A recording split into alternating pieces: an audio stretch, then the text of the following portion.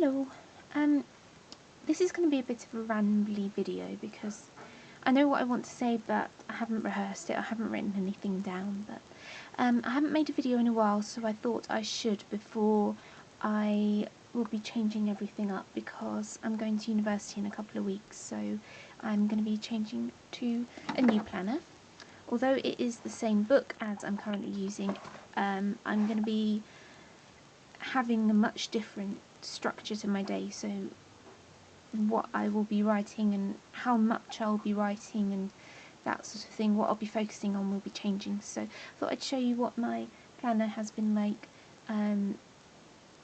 just as a sort of summary conclusion of what I've been using for the past few months. So I have used this particular planner since May, when I received it for my birthday.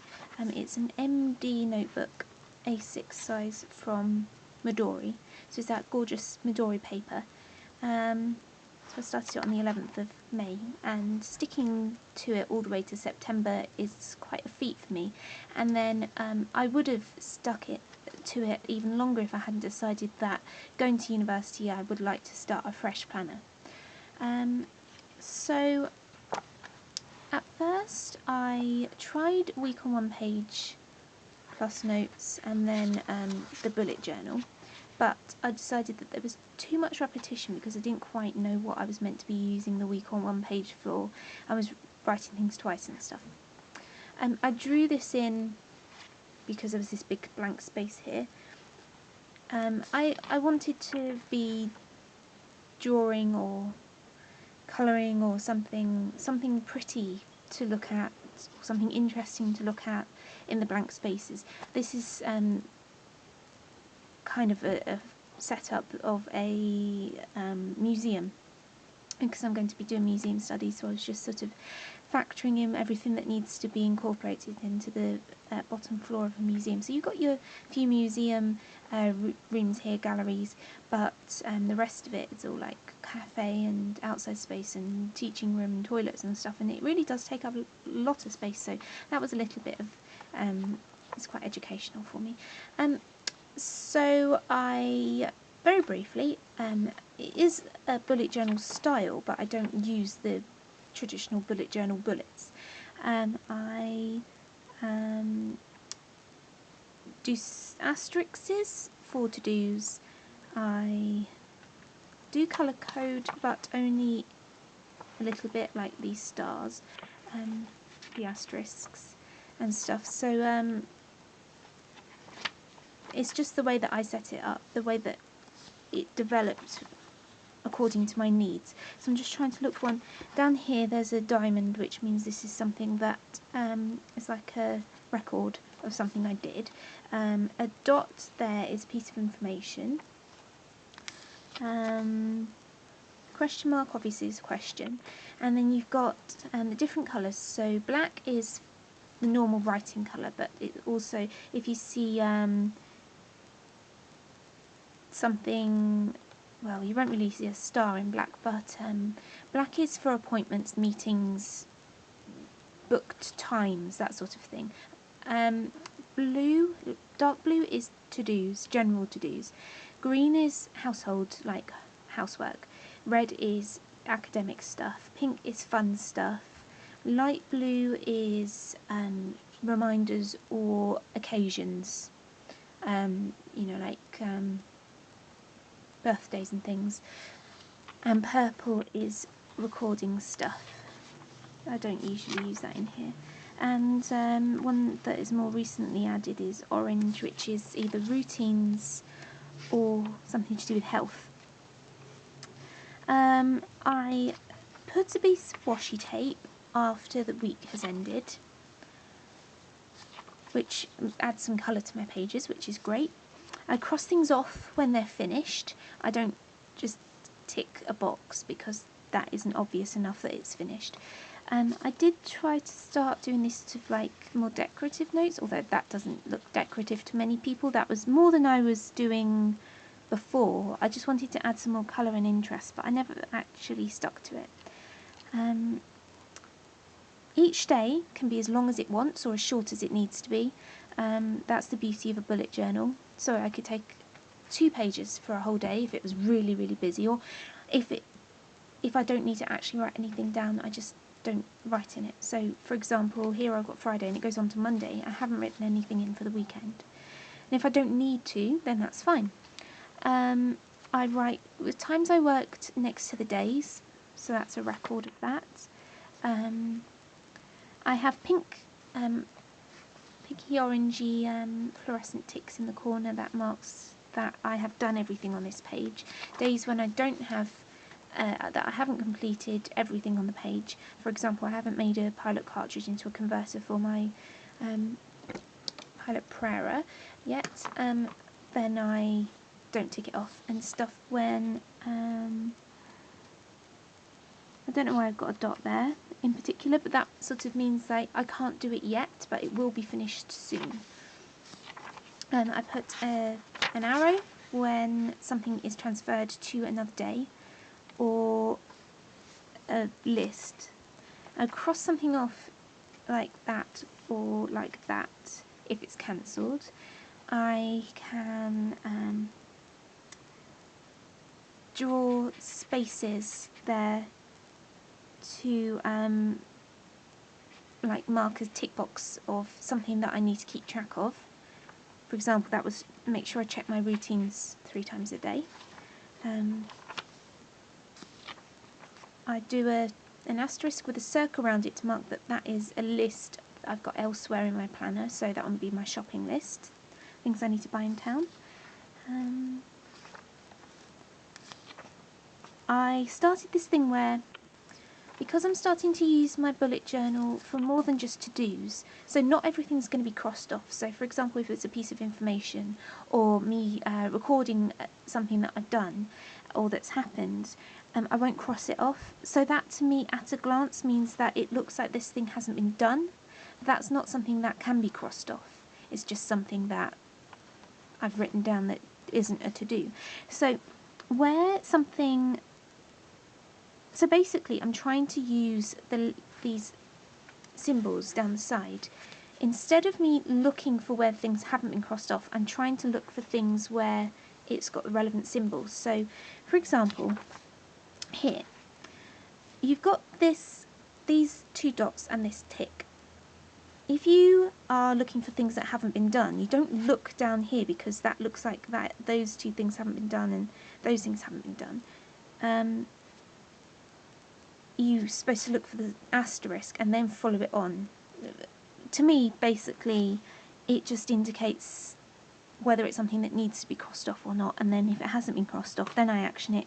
If that dot hasn't been crossed off, that is because it's a piece of information and it doesn't get crossed off. It makes sense to me. Anyway, so basically, if you've got... Because I was using the coloured pens to do the stars and the other symbols, I don't draw them in now because I don't have the colour pens with me all the time. I might draw them in later. If you've got a gap there, then it looks like the symbol hasn't been drawn in. But if I draw a line down, it marks that that is a 2-line thing. It's not that that is a to-do that hasn't got a star next to it. That is a 2-line to-do. So I draw a line down it to mark that that symbol extends down to the whole space, basically. Then I started incorporating these weekly spreads. I've been trying to perfect forward planning, so I went back to the weekly format that I used to use and that did work well for me. So I had a weekly spread followed by the notes, followed by the bullet journal that week.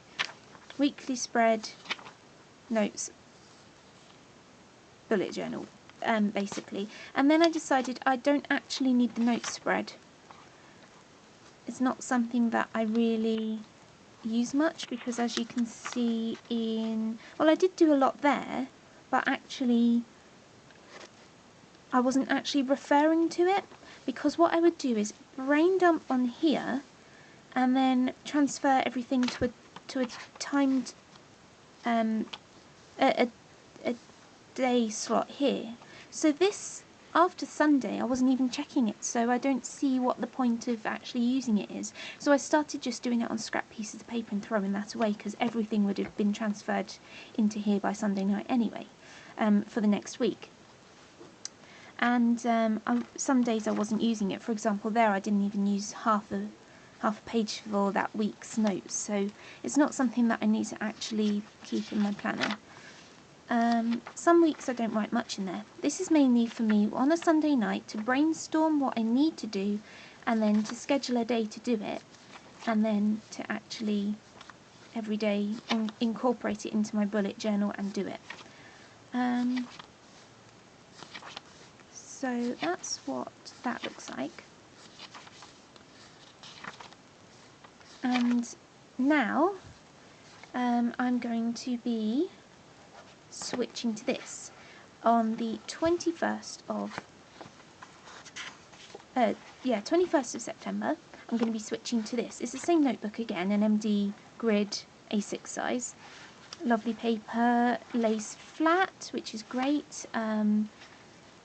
It's got enough pages for what I need, not too many. It seems quite skinny to me now because I have had this monthly book in the middle. First I started with this slimmer monthly book, but then I wanted month on 2 page and week on 2 page for each month, so it is double the width. So it seems like this book is quite fat, so in comparison that is a lot skinnier, but it will become fattened because I will be putting this monthly notebook in it, monthly planner. So all I've done is drawn out the weeks for the first 5 or 6 weeks of the term. So it's basically the last couple of weeks of September. I'm going to university on the 24th. The university starts on the 28th, and then I've got the rest of October in there. So I've got the last 2 weeks of September and the whole of October, and then I'll be having bullet journal spreads. In the middle I will have my monthly planner,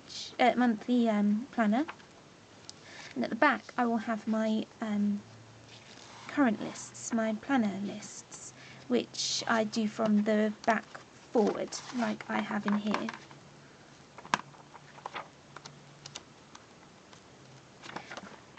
So it will evolve naturally like this one has. It will be for personal as well as simple university planning.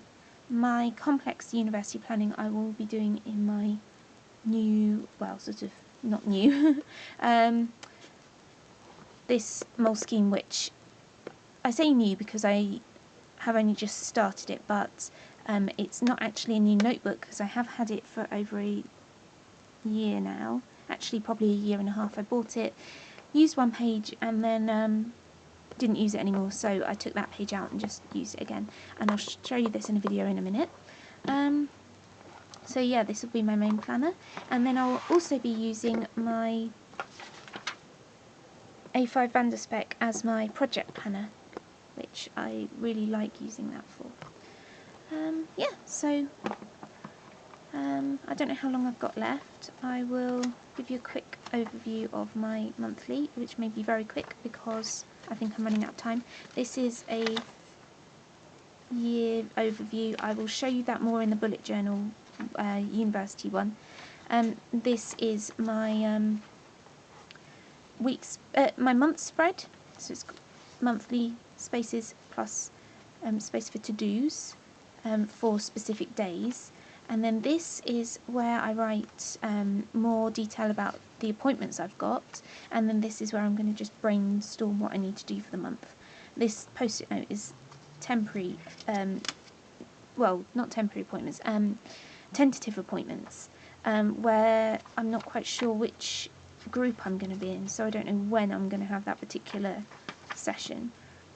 And what I did was started off a time slot space on my days where it goes, there's 8 slots because there's 4 squares divided in half, so it goes from 9, 10, 11, 12, 1, 2, 3, 4, because I figure